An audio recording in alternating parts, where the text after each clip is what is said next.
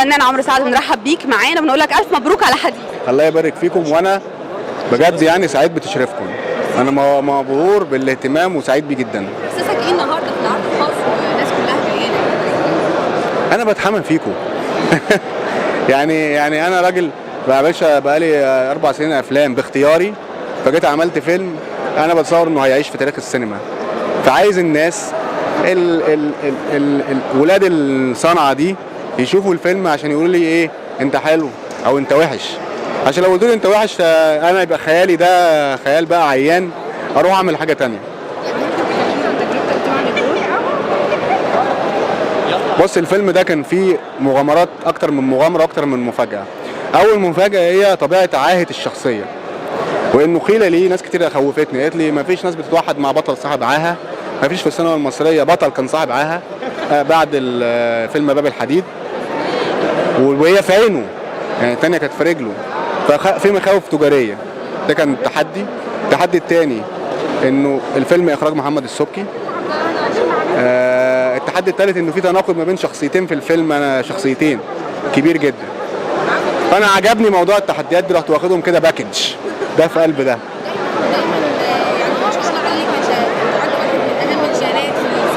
ربنا يخليك. الشكل العام للبطل ولا تفرق. بقول لك على حاجه، السينما لا، لعلمك هيحبوا شخصيه الاعور احسن من السليم.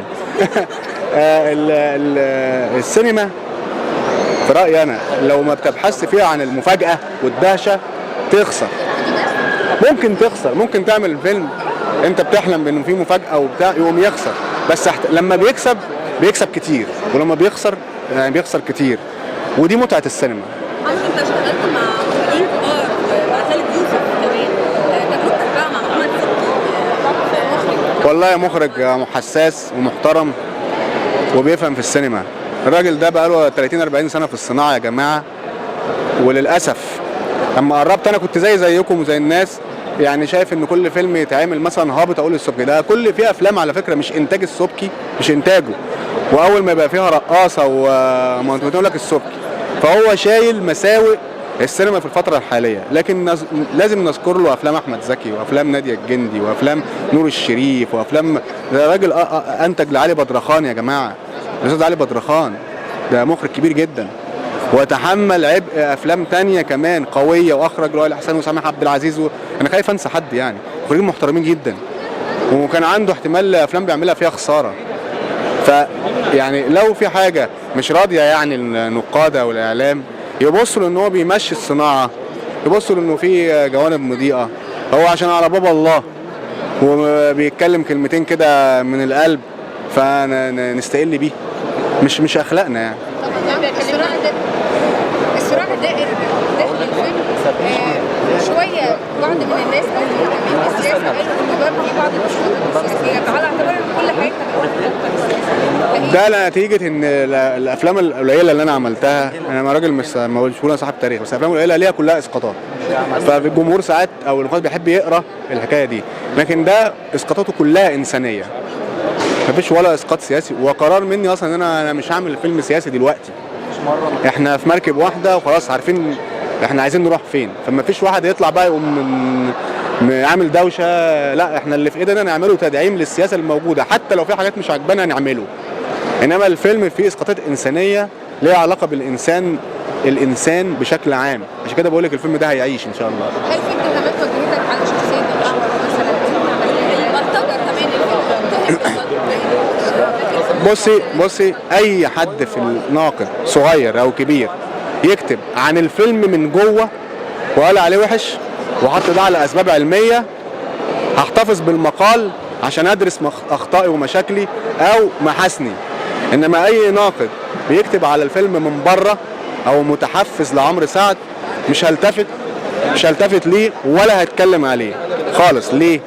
لانه الفيلم هو اللي بيعيش، والناس ما بتعرفش الصراعات ولا اتكلموا عنه في ايه، انما يبقى في ذمه الجمهور وبيتعرض في التلفزيونات. انا لما بعمل فيلم بعمل الفيلم للجمهور، مش للعيد بقى، في العيد وبعد العيد وبعد بعده وبعد سنه وبعد سنتين وبعد 10 سنين وبعد 50 سنه لما نموت الناس زي ما احنا بنحترم الاجيال القديمه مش احنا بنحترمها.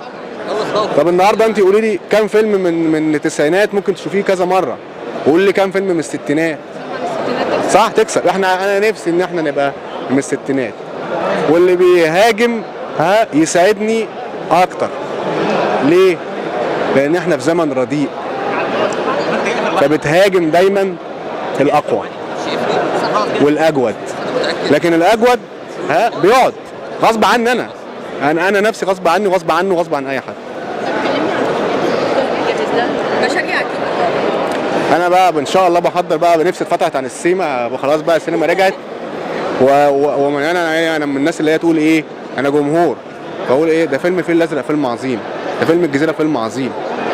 احب كده النوعيه الجديده دي من الافلام يعني اللي هي تنصف الانتاج وتنصف الجمهور وتنصف الفنان. ومش عايز انسى افلام يعني، بس ده بيخليني بقى نفسي تتفتح.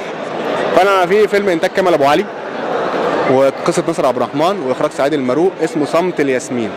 ده بقى فيلم يعني ممكن يفشل معرفش، بس فيلم ممكن يعني يبقى ان شاء الله. عارف احنا بنحلم بايه؟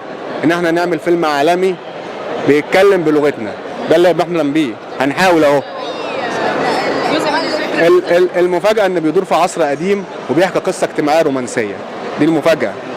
بميزانية كبيرة جدا عاملها المنتج الكبير كامل ابو علي، ومنتج محمد السبكي بينتج لي فيلم تاني كبير. شفت بقى الناس ايه نفسها اتفتحت، المنتجين انه بيكسبوا اهو. دي الافلام اللي ان شاء الله تعيش بقى، اللي جايه، اللي يرجع بقى الناس اللي هي ايه المنافسه اللي هي الصح الشريفه، اللي كله عايز يعمل فيلم حلو. فبيعمل فيلم اخراج الاستاذ محمد سامي اسمه ريجاتا. ليه عرض خاص بعد الفيلم. يلا يا ريس.